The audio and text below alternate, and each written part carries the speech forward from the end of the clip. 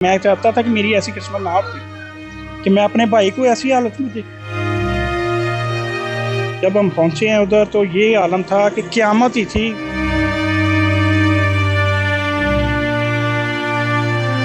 आखिरत में ये क़यामत है वो दुनिया में देख ली हमने। शहादत तो हुई है लेकिन जुल्म के साथ हुई है। हिम्मत करने की कोशिश की है। कोशिश उसने, लेकिन वो गला इस तरीके से कटा हुआ था कि जब उसका खड़ा हुआ ना, उसने ऐसे किया, सांस लिया तो वो बीच में खड़ा हो गया, सांस आया ही नहीं।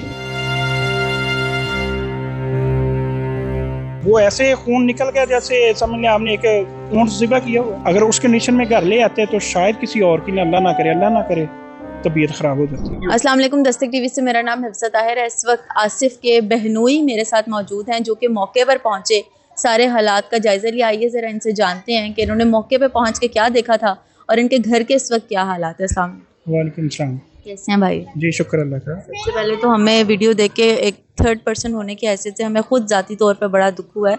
जी बताएं कि जब आप मौके पे पहुंचे, आपको कॉल आई कि इस तरह वाक़या हो गया है, तो आपने क्या मंजर देखा?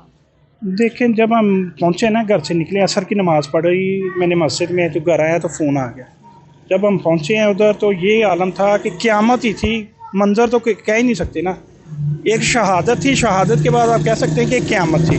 जो क़यामत हमने कुरान पाक में बताई गई है ना कि आखिरत में ये क़यामत है, वो दुनिया में देख ली हमने कि क़यामत कैसी होती है। इतना जुल्म, इसे जुल्म ही कह सकते हैं। शहादत तो हुई है लेकिन जुल्म के साथ हुई है। मरना हर किसी ने है लेकिन ऐसी मौत कोई भी नहीं चाहता। शहादत के लिए भी माँ दुआ ज़रूर करती है बच्चों के लिए, लेकिन ऐसी शहादत माँ को ना देखनी बहुत मुश्किल है। आपके जाने से पहले इंतकाल हो गया? किसी के भी जाने से पहले हो गया था।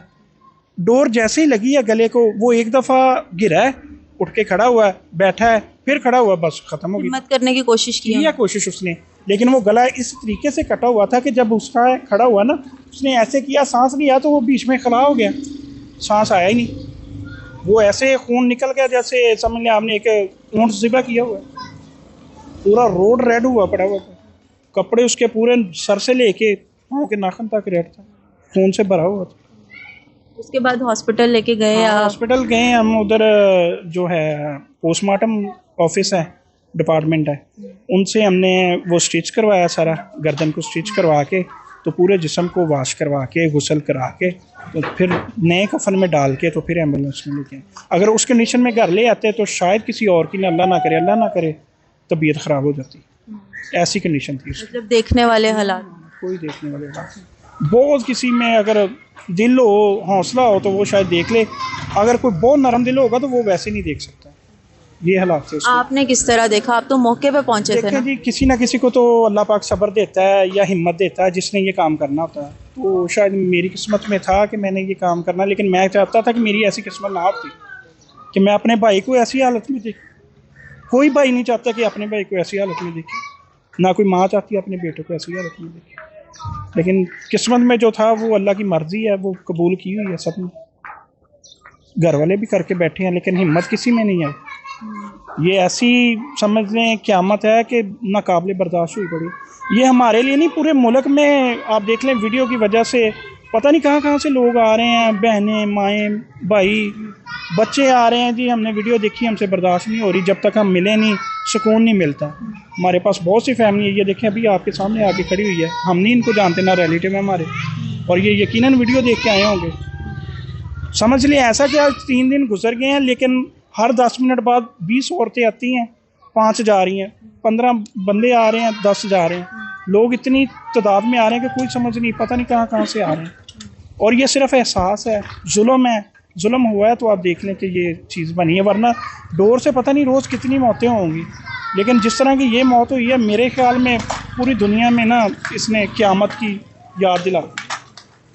जाते जाते कुछ कहना चाहेंगे आप? जाते जाते यही पैगाम है कि जो मैन्युफैक्चरिंग है ना, मेरा भाइयों का, सबका यही पैगाम, मेरी माँ का, मेरी सास का, कि कम से कम जो मैन्युफैक्चरर है ना, आप उनको ख़त्म करेंगे। इसको ये नहीं करना कि पाबंदी लगाने से कुछ नहीं होता, इसको ख़त्म करना। जैसे इन्होंने करेंसी ख़त्म की है ना, पुरानी 500 वाला नोट, 1000 वाला, वो ख़त्म कर दिया ना, हालांकि सबके पास इतने पैसे थे। तो ये कौन सी चीज़ है जो ख़त्म नहीं हो सकती? इसको भी कह देंगे जी ख़त्म है, आज के बाद नहीं किसी ने भी बनानी, ना उड़ानी, ना सेल करनी, तो कोई कर सकता है? कोई नहीं कर सकता। इनकी इजाज़त के बिना ये कोई ढक्कन नहीं उठा सकता गली में, हालांकि ये ओपन पड़ा है।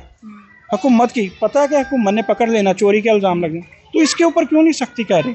आज कोई एक बच्चा शहीद हुआ, पता नहीं रोज़ कितने हो गए, और कितनी माएँ ऐसे उजड़ गई, भाई कितने बर्बाद होंगे, घर कितने बर्बाद होंगे। आप देखें, इस चीज़ पे आप भी अपील करें, हमारी भी अपील है। इंशाल्लाह वो होंगे मुलव्वस से, लेकिन हम क्या कर सकते हैं? हम तो ये कहते हैं जो मेन बंदे हैं ना उनको आप ख़त्म करें, उनको क्लियर करेंगे तो कोई बंदा भी नहीं मुलव्वस हो सकता है। बिल्कुल ठीक हो गया। ये आसिफ के बहनोई थे और ये चाहते हैं कि जो आसिफ के साथ हुआ है वो और किसी के बच्चे के साथ ना हो और इस पे अमल दरामद किया जाए। मुझे दें इजाज़त। अल्लाह हाफ़िज़।